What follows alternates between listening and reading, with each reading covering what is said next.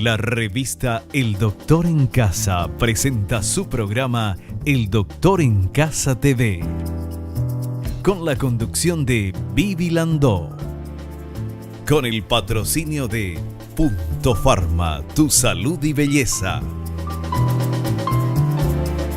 Haggis, bienvenida a la vida de padres, una vida caóticamente hermosa.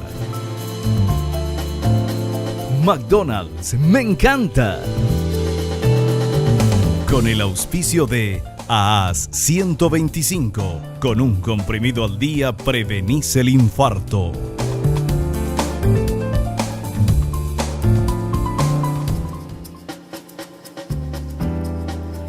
Hola, ¿cómo están todos? Muy pero muy bienvenidos. Esto es El Doctor en Casa. Hoy vamos a hablar del consumo de sal y enfermedades crónicas no transmisibles. ¡Qué tema!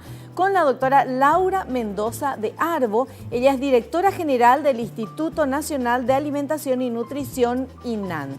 Y atención con este dato. La OMS, la Organización Mundial de la Salud, recomienda no consumir cada día más de 6 gramos de sal. Cifra que en la práctica la mayoría de las personas llegan incluso a duplicar. Los expertos aconsejan moderar el consumo y educar al paladar desde la infancia para evitar futuros problemas de hipertensión o de corazón. Es importantísimo esto que acabamos de leer porque ¿qué es lo que recomiendan los expertos? Bueno, ya desde la infancia que nuestros niños se acostumbren a comer con menos sal y con otro tipo de aderezos en las comidas. Porque ¿qué pasa? Muchas veces, no sé si te pasa a vos, pero conocerás a alguien que antes ni de probar la comida ya le pone la sal, porque le gusta la sal. Bueno, pero el tema es que no es porque te guste o no, sino que estamos hablando de salud y del daño que puede causar el exceso de sal, problemas de hipertensión que otra vez acarrean un montón de problemas y problemas del corazón que ya los conocemos y sabemos que qué dramático eso. Bueno, este tema lo vamos a hablar hoy con nuestra invitada.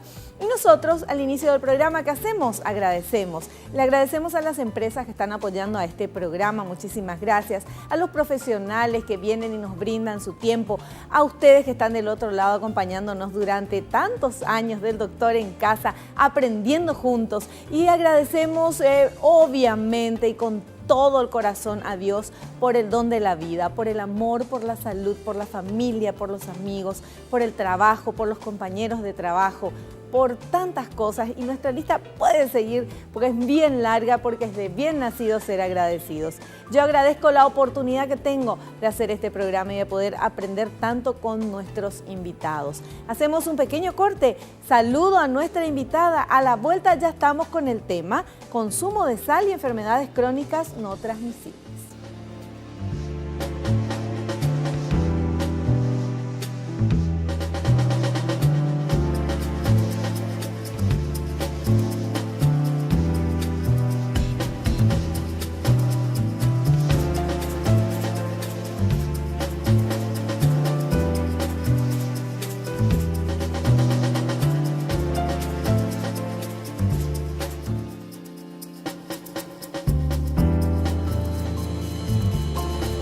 Estamos con nuestra invitada, la doctora Laura Mendoza de Arbo, directora general del Instituto Nacional de Alimentación y Nutrición, INAN. Doctora, bienvenida, ¿cómo estás?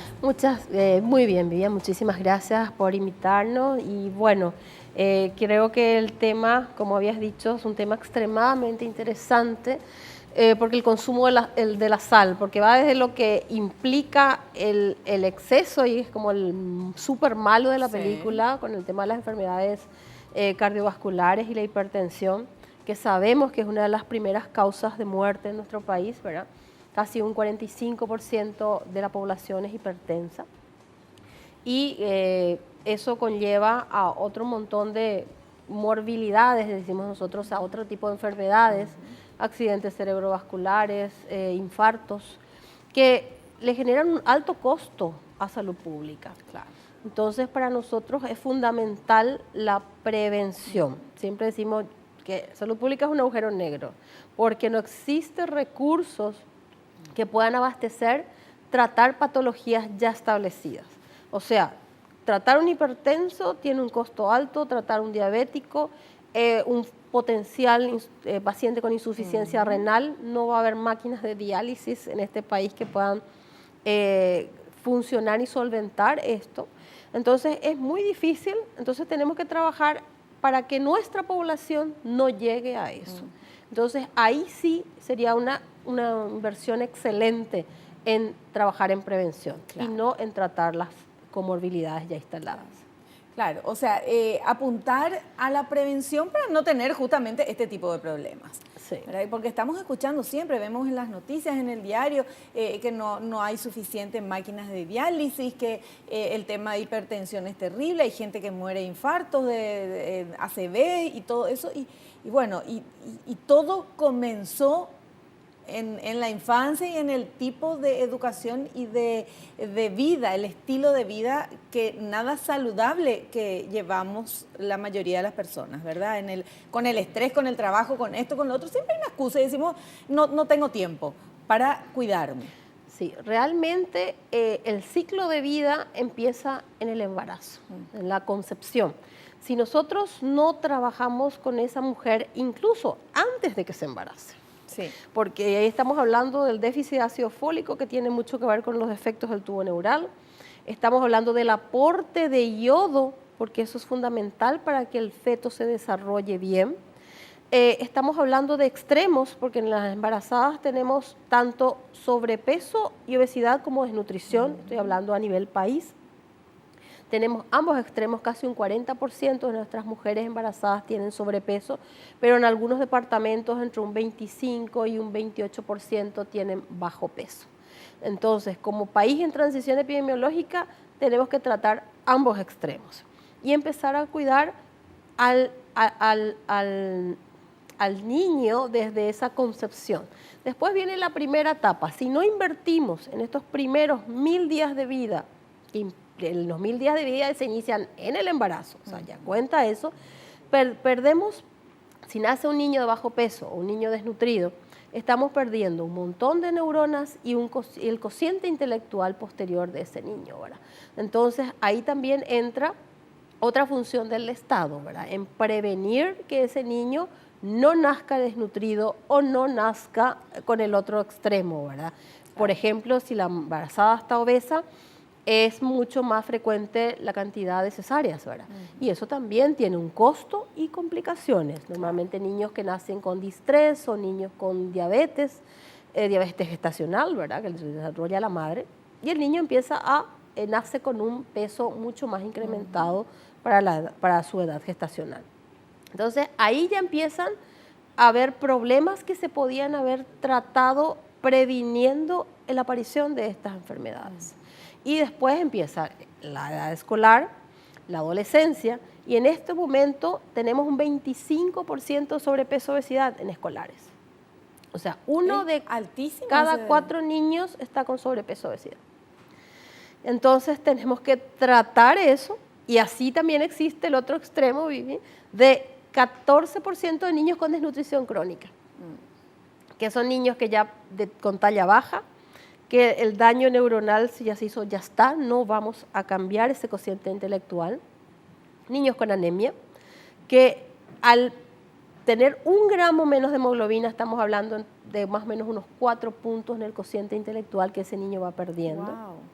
Entonces, cuando uno se pone a dimensionar lo mucho que puede hacer si trabaja en prevención y lo mucho que el Estado puede hacer si invierte en esto, es una calidad de vida para nuestra población futura espectacular. Claro. Un bono demográfico para el 2040 con un capital joven en condiciones de trabajar, porque yo siempre digo, yo quiero que alguien pague para que yo me jubile, claro. Porque ¿quiénes son los que mantienen el capital operativo después? La gente joven, claro, que trabaja. Sí. Y entonces, que no nos llega a pasar de repente como están en Europa, que tienen una población altísima de adultos mayores, sí.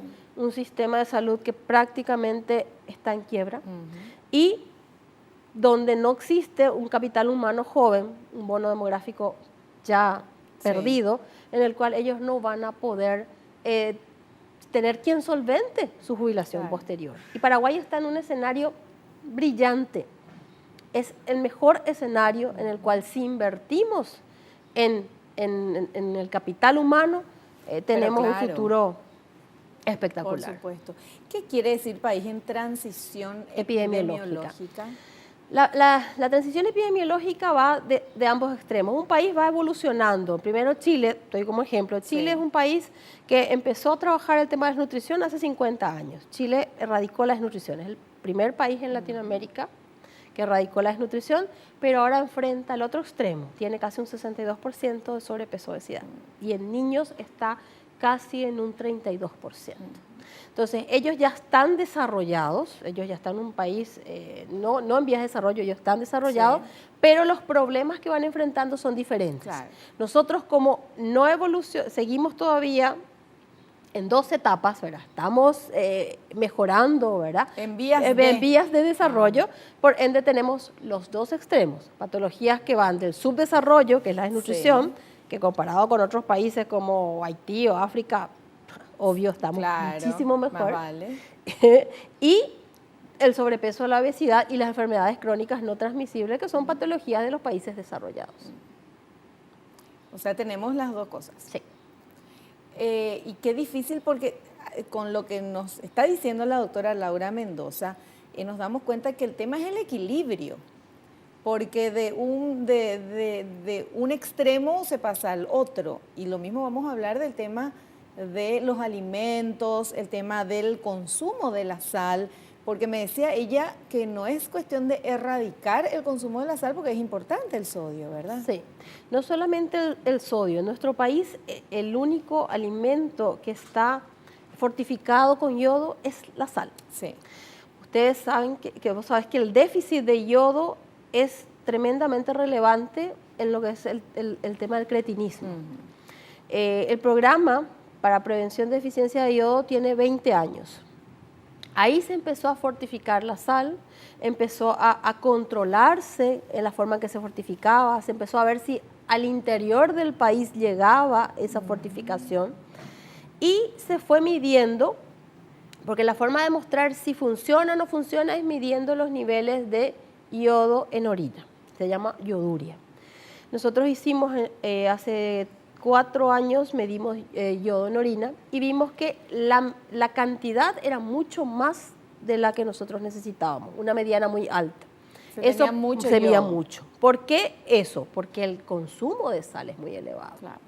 Pero tampoco teníamos una precisión, porque con el tema del consumo de sal es muy difícil decirte, vos no tenés saquitos de 1 gramo y no medís. O aparte, el pan que vos consumís tiene sodio, la fruta que consumís tiene sodio, o sea, varias otras cosas aportan sodio. ¿Cuánto sodio, cuánta sal se tiene, cuántos gramos? Porque eso también tenemos que corregir un poquito, ¿verdad? Por día. 5 gramos de sal por día es lo que recomienda la OMS. Es 5 gramos de sal. Y nosotros con esos 5 gramos de sal llegamos a la cantidad suficiente de yodo que necesitamos. ¿Cómo son 5 gramos de sal? ¿Cómo yo puedo imaginarme que son 5 gramos de sal? Es como una cucharita no de estas de café, de estas de té aproximadamente. O sea, esta ya es menos. Sí, un chiquitito. Esa un poquitito más podría ser, porque esta es más chiquita que la tuya. Entonces, esos son un poquito promedio, más que una cucharita chiquita. Sí. Tampoco la cuchara de postre grande. Ahí vamos a ver, porque si no hay una cuchara y viene la cuchara de sopa también. No, sopas, no. Entonces, si no llegamos a esos requerimientos, también es malo. Pero de nuevo digo, por el aporte de yodo que tiene la sal. Y el yodo tiene una incidencia elevada en el tema cretinismo. Pero el exceso que estábamos viendo también genera otros trastornos. Genera hipertiroidismo, genera otros trastornos a nivel de tiroides que también son malos. Entonces, de repente es muy difícil encontrar ese término medio que no genere ni trastornos por déficit ni por exceso. Ahora, yo consulto algo. Si ya el pan tiene sal, si todo lo que comemos ya tiene algo de sal, ¿verdad? Incluso las cosas dulces tienen algo de sal. ¿Es mejor nomás bajar el consumo de sal que le ponemos a la comida o al cocinar? Sí. Si lo mismo estamos, o sea, ¿cómo yo voy a controlar 5 gramos? Bueno, realmente es muy difícil desde el punto de vista práctico. Práctico, claro. ¿Qué podría decirte? En quienes nosotros hicimos súper estrictos, por ejemplo, aquellos pacientes no solo hipertensos, sino que tienen algún trastorno, insuficiencia renal, por ejemplo. Nosotros en esos casos, ¿qué es lo que solemos hacer? Hacemos medir sobrecitos de 1 gramo. Ajá. Y a esos pacientes más o menos le damos de 2 a 3 gramos de sodio por día, sobre todo en el paciente con insuficiencia renal. Porque la hipertensión arterial también tiene que ver si el paciente es sensible a la sal o no. Sí, sí. Hay pacientes que ingieren sal, que son hipertensos, pero que no generan muchos cambios o muchas fluctuaciones en su presión arterial. Pero hay otros que sí son muy sensibles a la sal, que al consumir pequeñas cantidades disparan. Entonces también depende de las características del paciente. Entonces, lo que aporte las frutas en general es bastante poco. Sí los panificados. Por eso es que nosotros el año pasado, teniendo en cuenta todos estos trastornos y tratando de encontrar un equilibrio, se sacó una resolución que es la 248, sacó el Ministerio de Salud Pública y Bienestar Social, en el cual se disminuyó la cantidad de sodio en los panificados. Se disminuyó por debajo de 600 miligramos por 100 gramos de pan. También en ese aspecto hay que recalcar que hicimos las reuniones con las industrias. De repente también pensamos nosotros que iba a haber algún cierto grado de no querer llevar adelante el proceso. Tengo que aclarar que me sentí gratamente sorprendida, porque ellos fueron los primeros en que empezaron este proceso y dijimos, bueno, nos ayudaron en las validaciones, en hacer, porque no es fácil, no es decir, vamos a bajar nomás, no. Bajamos, hicimos cantidades menores, 3 tipos diferentes de panes. ¿Cuál fue el que tuvo mayor aceptabilidad en el público? Hicimos en los supermercados, hicimos las pruebas de aceptabilidad y en base a eso trabajamos con la Cámara Paraguaya. ¿Cuándo hicieron eso? En el 2012. Qué raro, yo soy la reina de los supermercados, todos los días estoy en alguno. No les hicimos digo. En el 2012 con la Cámara Paraguaya de Panaderos del Paraguay, también la Cámara Paraguaya de Supermercados. Ellos trabajaron, ellos nos hicieron las galletas sin sal, sobre todo la gente de Luque. Y hicimos las pruebas de aceptabilidad. Algunas sin sal, otras con un poquito y otras con un poquito más. Sí. Hicimos 2 gramos, 1,5 y 0,5. ¿Cuál tuvo mayor aceptación? Entre el que tenía la cantidad normal, ¿verdad? Ajá. Y entre el 2 y 1,5 casi no hubo diferencias. Entonces, con eso nosotros sacamos la resolución en el cual tiene menos de 600 miligramos de sodio por 100 gramos de pan. Cuando se implementó eso también fue todo un tema, porque medir sodio en alimentos también era nuevo en el país. Claro. Entonces, se consiguió el equipo, conseguimos los reactivos y este año hicimos la validación en diferentes puntos del país. Y gratamente de nuevo sorprendida, porque casi el 65% de los panificados cumple con la resolución. ¡Qué maravilla! Bueno, así debe ser. Sí, ¿verdad? No, pero a veces vos sabés que es difícil. Sí, pero así tiene que ser. Muy bien para los panaderos, muy bien. Pero 65% nomás. Falta el resto. 35. En 35, ¿dónde está? Vamos a tomar lista. Bueno, vamos a hacer un corte, doctora. Volvemos enseguida.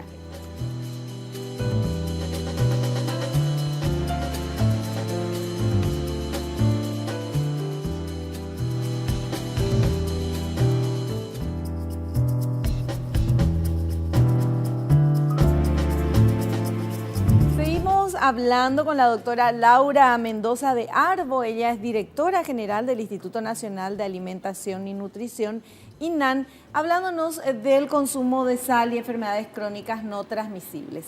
Y tenemos un material preparado por nuestro equipo de producción que queremos ver. Por favor, la importancia del sodio en el organismo.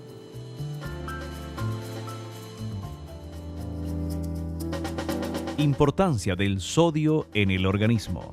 Se presenta de manera natural en la mayoría de los alimentos. La forma más común es el cloruro de sodio, que corresponde a la sal de cocina. El sodio es un mineral fundamental, ya que ayuda a mantener el equilibrio entre los líquidos de nuestro organismo.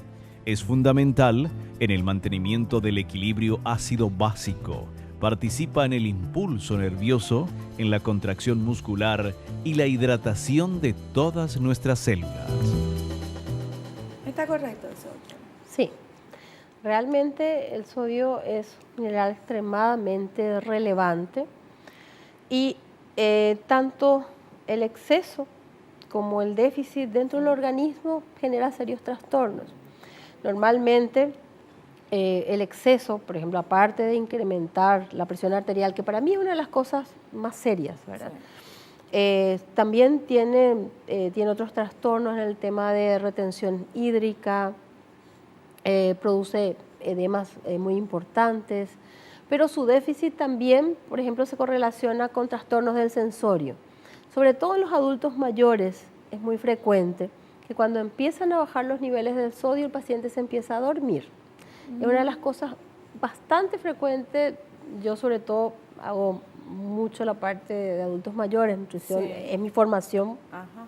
Entonces es una de las cosas que al entrar el paciente con un cierto, nosotros medimos a nivel de sodio y es casi seguro que esté bajo. Pero ya habla también de otros trastornos, no solamente del tema aporte, sino ellos ya tienen ciertas hormonas que tienen un efecto en la regulación del sodio y que con el paso del tiempo también ya sufren un deterioro. Pero para ambos, de nuevo digo, para la cantidad que tenemos que ingerir tiene que ser la exacta para que no genere ni excesos ni déficit. Para la contracción muscular también el sodio tiene un rol, para poder, para que el mismo, así como el calcio trabaja en la contracción del corazón o del resto, también sí. El sodio tiene un efecto intracelular extremadamente relevante. Bueno, ¿y qué es ese estudio? Ya soy muy curiosa. La doctora trajo acá todo un estudio y estábamos hablando en el corte, pero quiero que sepan también.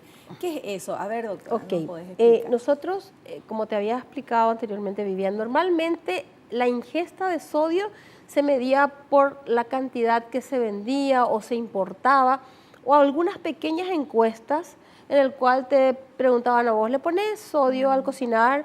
O sal, sí. O le pones, después de que te ponen en el plato, le pones un poco más, pero no existía una cantidad exacta en que podamos decir, bueno, esta es la cantidad de sodio que ingiere la población. Ante esta situación, empezamos a trabajar sobre todo con la gente del Ministerio de Salud de Chile, con el cual tenemos una cooperación muy estrecha, y empezamos a adquirir el equipo para medir realmente sodio en orina, porque la cantidad de sodio que hay en orina revela la cantidad exacta de sal que estamos ingiriendo, de cloruro de sodio. Entonces hicimos un relevamiento a nivel país, tanto en niños y adolescentes de la educación escolar media en las escuelas públicas y en embarazadas. Entonces, en niños es más o menos 2.500 la cantidad de niños y en embarazadas es 1.400. Estos son datos preliminares de 1.044 niños y adolescentes en el cual casi un 44% consume más de 10 gramos de sodio, entre un 5,1 y un 10%, un 42%, entre 5,1 y 10 gramos, 42% de la población, y por debajo de 5 gramos solo el 14,5%. O sea, hay mayor cantidad de personas que consumen el doble. El doble. De lo que se tiene que consumir. Y el promedio en general salió 9,3 más o menos 4 gramos. Esto nos ve como en niños, en nuestros niños, ¿verdad? Ya estamos hablando en la escuela, ya se está consumiendo el doble de sodio de lo que se necesita. Esos niños están ya encaminados a tener hipertensión y a tener un montón de otros problemas. Y me hace esto asociar que uno de cada 4 niños tiene sobrepeso, obesidad, más este consumo de sodio, estos son candidatos, pero seguros a tener alguna patología crónica asociada a esto. Y no digo a veces ni a largo plazo, a corto plazo. Esto fue en niños y adolescentes. Sí. En embarazadas, la cantidad que se analizó hasta ahora, 655, vemos que el 28.4% consume más de 10 gramos, entre el 5.1 y el 10%, entre 5.1 y 10 gramos el 46%, y entre 2,1 y 5 el 19.2%. Pero existió un 6.1% que ingería menos de 2 gramos. Y eso en la embarazada también es crítico, porque estábamos hablando de que el único alimento fortificado, claro, es la sal con yodo, y esto implica también serios trastornos en el bebé. Entonces, esto nos habla, fíjate que también tenemos... O sea, el consumir de más hace daño y el consumir de menos también. Entonces, lo que nosotros tenemos que saber que son 5 gramos diarios de sal. ¿Cómo? De vuelta otra vez, doctora. ¿Cómo sabemos? Porque de repente hay gente que dice, no, yo ya no pongo sal, ahora todo uso salsa de soja. Salsa de soja está llena de sal. Sí, tiene de sodio, ¿verdad? De sodio, sí. Entonces, hay que tratar de estar en el medio, pero tratar también de combinar las comidas con pimienta, hay un montón de otras cositas que no es solo la sal, que uno puede aderezar a la comida, incluso al cocinar, porque cuando se prepara la comida se le pone sal, sí, y después cuando llega a la mesa uno ya le pone otra vez sal. Sí, acá lo importante es, implica todo, Vivian, porque no solamente el cuánto de sal, implica desde el consumo de frutas y verduras. Nosotros en el INAN trabajamos fuertemente en lo que son las guías alimentarias del Paraguay. Son las recomendaciones a la población sana. Las guías alimentarias es para población sana, no es para pacientes con alguna patología ya, hipertensión o diabetes, en el cual ya hay una restricción. Pero si vamos a nuestra realidad, el aporte de frutas y verduras es escasísimo, el consumo. El consumo de cereales o legumbres también es bajo. Sí tenemos un elevado aporte en la mayoría de lo que son ácidos grasos saturados, donde tenemos frituras en el exceso, alimentos con alta densidad calórica, que también ahora todo el tema de los ultraprocesados. ¿Cuáles son los alimentos ultraprocesados? Los snacks, todo lo que viene en bolsa, las papas fritas. Entonces, esos tienen un tenor altísimo, ¿verdad? Pero altísimo. Y es, en este momento, una de las recomendaciones de OMS es prácticamente sacar los alimentos ultraprocesados incluso de las escuelas. Vos de repente te vas a las escuelas, también nosotros estamos trabajando en eso, el tema de las cantinas saludables, en que se oferte mayor cantidad de frutas, pero te dicen los niños no quieren, pero todos en el fondo a veces somos neofóbicos. ¿Qué quiere decir? Tenemos fobia a lo nuevo. Y si nunca en nuestra casa consumimos, porque a veces los papás también somos así, no, vos tenés que comer, pero yo no como. Claro, y con el ejemplo se enseña. Lógico, uno predica con el ejemplo. Entonces muchos padres a veces vienen y me dicen, sí, mi hijo no quiere comer, pero usted consume. Y no, entonces es imposible generar eso. Entonces implica desde disminuir el consumo de alimentos ultraprocesados, de trabajar en el mayor consumo de alimentos naturales, de frutas, de verduras, mantener un aporte de carnes en promedio de 4 veces por semana. Un promedio de eso son 200 gramos más o menos, ¿verdad? Más carnes blancas que carnes rojas. Y también la actividad física. El sedentarismo es extremadamente elevado. Casi el 85% de la población está dentro del rango de sedentarismo según las últimas encuestas. Eso es mortal. Entonces, eso también incide en todo. Incide hasta en la reactividad vascular en el tema de la hipertensión arterial, hasta la cantidad de calorías que uno no pierde y se incrementa el peso. El peso, y eso da obesidad y ya trae otros problemas. Doctora, tenemos que hacer un pequeño corte. A la vuelta continuamos con este tema.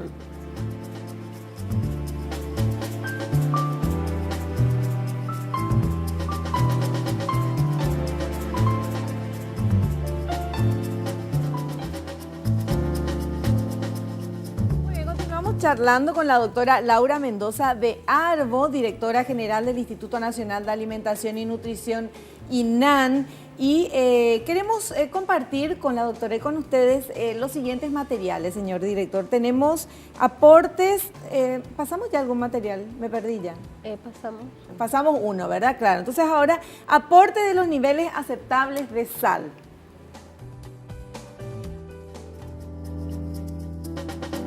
Aportes de los niveles aceptables de sal. Los niveles aceptables de sal son válidos para facilitar una correcta digestión al favorecer la producción de ácido clorhídrico necesario, lo que regula el nivel de bacterias en el aparato digestivo. Mantener el nivel de los líquidos en el cuerpo y su grado de acidez, permitiendo la transmisión de los impulsos nerviosos y la absorción del potasio. Proporcionar la cantidad necesaria de minerales como el sodio, potasio, calcio, fósforo, hierro y el yodo. Evitar náuseas, calambre e incluso convulsiones provocados por la falta de sal derivada, entre otras causas, por un exceso de sudoración. Acentuar el sabor de cada plato y subrayar el de los alimentos sazonados. ¿Está correcto eso, doctora? Sí. Sobre todo hay que tener en cuenta, Vivian, que nosotros vivimos en un país muy caluroso. Toma la cantidad de minerales que uno pierde con el sudor, también es muy elevado. Entonces, el sodio se pierde por piel o también se pierde por orina, que es lo que habíamos hablado recién y que es lo que nosotros medimos en el estudio este que te hablé a nivel nacional. Entonces, en estas situaciones también eso es muy, muy importante. El tema de los calambres o chicos que hacen actividad física. Por eso es que uno no puede ir al otro extremo y satanizar el sodio. Claro. ¿Okay? Uno tiene que consumir en la justa medida, porque todo eso que dijiste es no solamente es cierto, sino muy, muy importante en el día a día, en nuestras actividades, en poder tener el suficiente. Cuando hay poco sodio, por ejemplo, después seguramente vamos a ver en otro material, también el paciente está cansado, se siente asténico, no tiene ganas, no tiene fuerza. Entonces, ambos extremos son malos, pero el sodio no es malo. Ya. Son los excesos. Eso es, no hay que satanizar al sodio, decía ya la doctora al inicio. Vamos a ver ahora el siguiente material, por favor.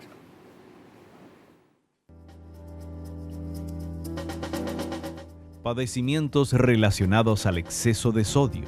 El exceso de sodio en nuestra dieta está íntimamente ligado al desarrollo de diversos padecimientos como insuficiencia cardíaca e infartos, dificultad en la función de los riñones, factor que predispone la formación de cálculos renales, retención de líquidos, trastornos gástricos, ictus o accidente cerebrovascular.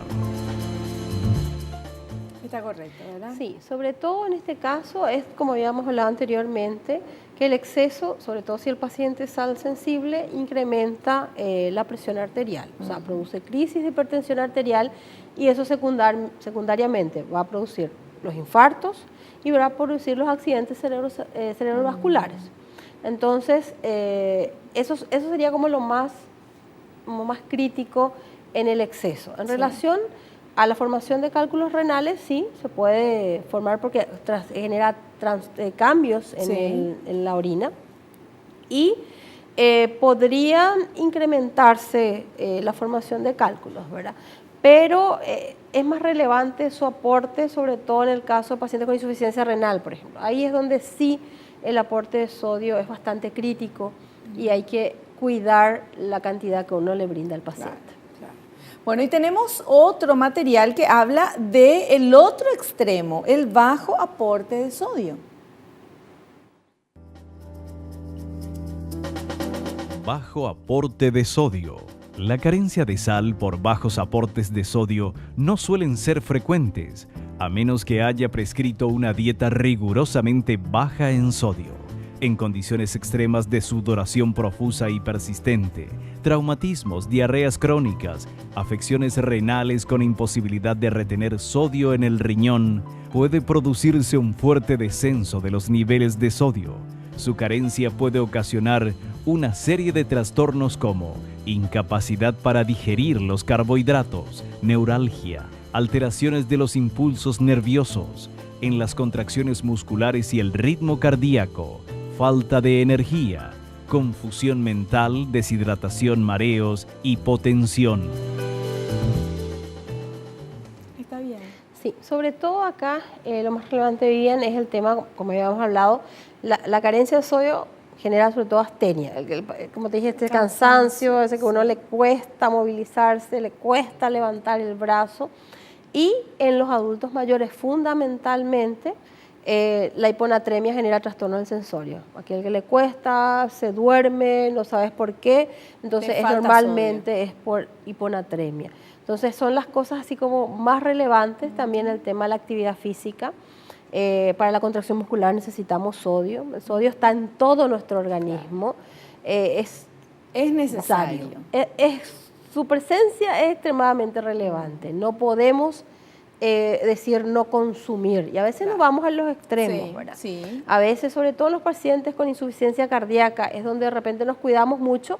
¿Por qué? Porque el paciente que ingiere un poquito más empieza a retener líquidos, empieza a hematizarse, se hinchan las manos, se hinchan los pies. Entonces ahí es donde de repente uno tiene un mayor cuidado en el aporte, pero nunca hay que excluirlo de la dieta. Perfecto. Bueno, y una consulta. La gente que tiene presión baja, algunas veces se le indica que coma un poquitito de sal para que le suba la presión. ¿Está bien eso? Sí. O sea, realmente cuando el paciente se siente mal pueden ser dos situaciones. O realmente que esté con la presión baja o que esté haciendo hipoglicemia. Son las dos cosas que de repente pueden hacer que uno medio se maree y se sienta así como que se va a desmayar, ¿verdad?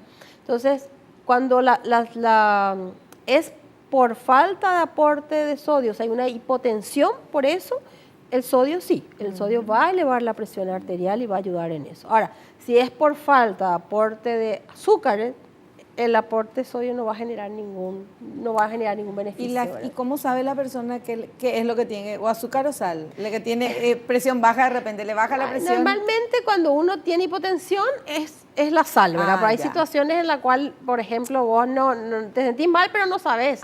Y lo primero que uno consume muchas veces es azúcar, ¿verdad? Porque a lo mejor está uno haciendo dieta, o de repente desayunó y no pudo almorzar porque estuvo con muchas actividades en el trabajo. Entonces, normalmente ahí se suma, es más una hipoglicemia que a lo mejor una falta de aporte de sal. Perfecto. Bueno, doctora, nosotros estamos en las redes sociales y la gente, después de esta charla, quiere saber. Vamos a ver quién está ahí, qué quiere saber. Miriam, de Limpio.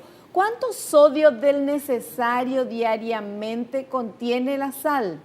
En general, con 5 gramos de sal aportamos la cantidad de sal. Con 5 gramos de sal aportamos la cantidad de sodio que necesitamos, ¿verdad? Porque es cloruro de sodio. Claro. O sea, 5 gramos de cloruro de sodio, que es la sal, nos da el aporte diario de sodio. Claro. Perfecto. Bueno, y ahora otra consulta. A ver, ¿quién? Rosana de Villarrica. Saluda a la gente de Villarrica. ¿Cuál es la diferencia entre la sal marina y la sal de mesa que consumimos comúnmente? Ay, cierto, doctor, de repente aparece sal de no sé qué, del Himalaya, de esto, de lo otro, de todo. Normalmente, me río porque nosotros como registramos productos, ¿verdad? Hay muchas empresas que registran, o sea, están con intenciones, otras ya lo registran sal marina o sal rosa o sal del Himalaya. Realmente el grado de pureza de la sal es lo que termina uno, o sea, estas sales, digamos, tienen mayor grado de pureza que las sales comunes y también el aporte de otros metales pesados. A veces las sales pueden tener metales pesados, pueden tener plomo, pueden tener arsénico, en cantidades ínfimas, ¿verdad? Sí. Que está permitido, vamos, si son límites máximos permitidos. Sí. Y estas son como sales más puras, ¿verdad? Pero esa sería la mayor diferencia, ¿verdad? Hay, por ejemplo, sal para diabéticos o sal para, no sé, hipertensos.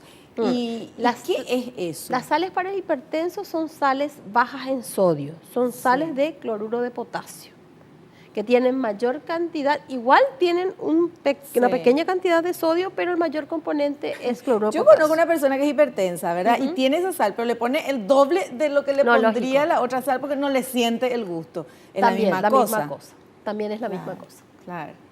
Pero las sales light o lo que sea son sales con menor tenor de sodio, un mayor aporte de cloropotasio, pero que su consumo en exceso, así como decís, igual generaría otros trastornos, porque también el exceso de aporte de potasio genera otros trastornos. O sea, una persona que el médico, o sea, lo que acá la conclusión que sacamos es que no es que nosotros nomás porque la sal es mala, el sodio es malo, no, es necesario.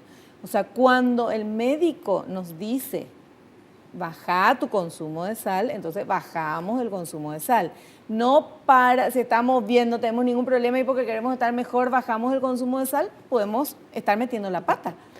Acá de nuevo digo, lo ideal y la recomendación es con 5 gramos. Con 5 gramos cubrimos el aporte de yodo, cubrimos la cantidad de sodio que necesita el organismo para poder realizar todas nuestras actividades y no creamos ningún exceso para poder contribuir a la hipertensión o algún otro trastorno. Entonces, eso es lo que tenemos que consumir. Eso que implica muchas veces, si como panificados, eso ya tiene un aporte un poco menor, ahora, ¿verdad? Con el tema de la resolución, pero me aporta sodio. Si como alguna fruta, entonces, si le pongo una cantidad mínima para que tenga gusto mi comida, o que sea porque la sal realmente le da ese sabor a las comidas, ¿verdad? Entonces, esa pequeña cantidad y no le agrego extra, no consumo alimentos ultraprocesados. ¿Dónde es donde nosotros vemos que el incremento es mayor? En aquellos niños que comen papa frita, que después comen otros tipos, de los paquetes, que consumen nachos, que consumen... Eso tiene un aporte extremadamente alto. Y no solamente en sodio, sino otros tipos de ácidos grasos que son malos para la salud. Sí, que son adictivos. Sí. También. Porque cuando abrís el tubito ese de papa frita no podés parar hasta terminar. Dios mío. Bueno, vamos a hacer un corte y volvemos ya.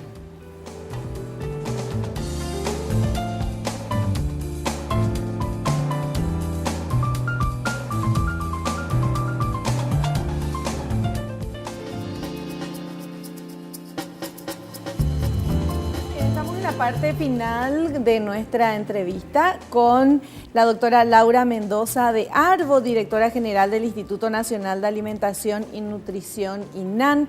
Yo le pregunté a la doctora, ¿cuál de los doctores Arbo es tu marido? Y me dijo, el más lindo. Así. Bueno, entonces ahí ya ella dice que se enojen los cuñados. Sí. Bueno, doctora, en este momento, últimos minutitos que tenemos, ¿alguna recomendación que quieras hacer de lo que estuvimos hablando a nuestros televidentes? Okay. Lo primero que diría es que incrementemos, por un lado, el consumo de frutas y verduras, ¿verdad?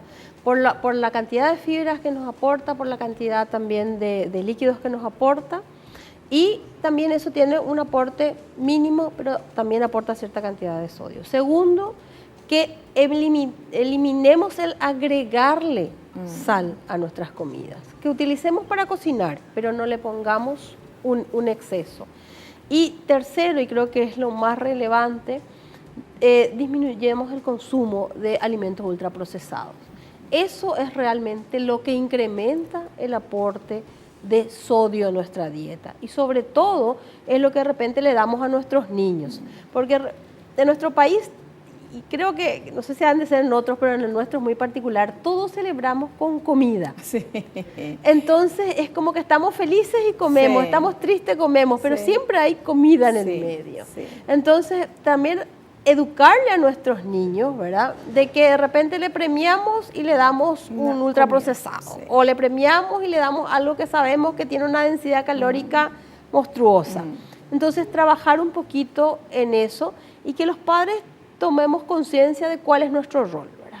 De que tenemos que educarle a nuestros niños, pero para eso tenemos que hacer nosotros lo que decimos a ellos que hagan. Ahí está. Muy bien. Doctora, muchísimas gracias por su presencia y por todo lo que nos estuviste explicando. Gracias a vos, Vivian, y bueno, espero que realmente llegue a la población y se entienda por qué no hay que dejar de consumir, pero no tampoco consumir en exceso. Se entendió perfectamente. Gracias. Nosotros nos despedimos hasta el próximo programa, si Dios así lo permite. Espero que te haya gustado, que hayas aprendido como lo hicimos todos aquí. No te olvides, naciste para ser feliz, no te conformes con menos. Chao, que pases bien.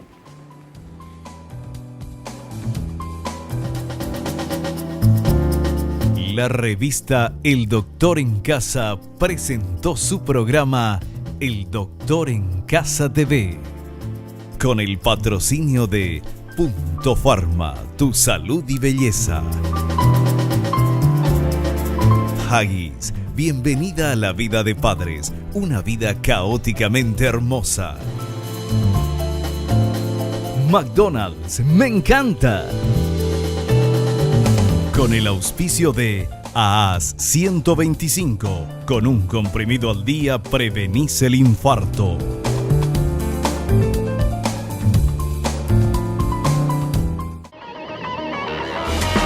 Fue una realización de Alicante.